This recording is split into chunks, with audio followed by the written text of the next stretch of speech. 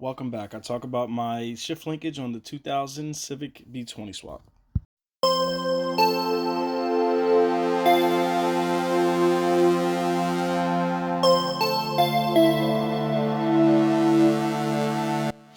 Okay, so this is my stock shift linkage from an Integra between 96 and 2000. It's used and has some wear and tear. I'll show the points that are worn and then how I install it and make a small repair to it. This is a bushing that wears out sometimes. It's got like a plastic sphere around that metal ball right there you see at the bottom of the shifter. You just don't want that hopping up and down on the plate. Also, the pin at the bottom, you don't want that having too much play as well. There's like a bolt going through a spacer or collar in between that area. At the end, that is an energy suspension style like bushing that has two bolt holes that goes through it, little metal collars. I'm going to keep them inside in there, those inserts.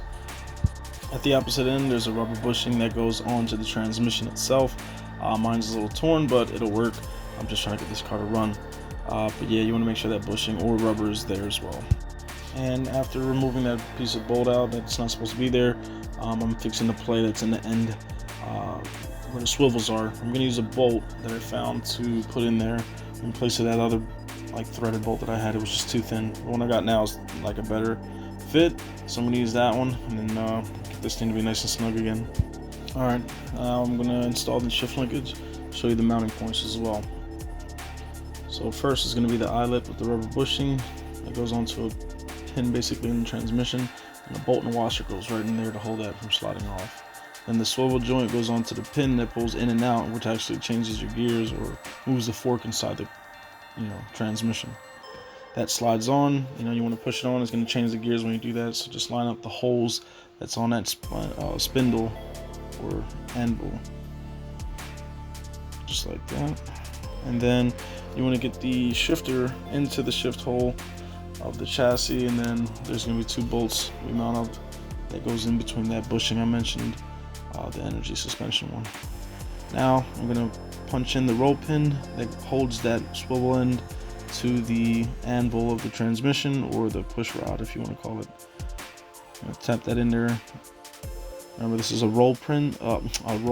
They compress, and you can just tap them right in to make sure you get the right size. I'm using a different size, and I ended up having to find one for myself, but it is what it is. I lost the C clip. There's also a clip that holds that, but right now I'm just going to use a zip tie to hold it together. It's not going to fall out even without the zip ties, just I'm putting that on just in case. Eventually I'll find a C clip that goes around the shifter assembly itself, and it keeps the pin from falling out. Alright, now I'm going to test shifting the transmission, make sure the linkage doesn't feel too crazy or too loose, and make sure it can go into all the gears. It's not good, usually you want to hold the clutch down. My slave cylinder's not even on this car, so I'm just going to run through the gears real quick, make sure it goes in and everything's okay. So it feels normal. Now I'm going to go and show you the outside. I'll put the J-mags on real quick.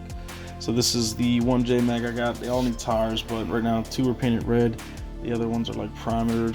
So I'm trying to figure out what color I want to keep it. The wheels, and then also I found a turbo manifold that I put on there, so that looks pretty cool, and the charge air cooler. So yeah, that was the video. Hope you enjoyed. I'm going to be posting some more stuff soon about the electronics, fuel, and then other items as well. The exhaust and the drive axles will be later. Thanks.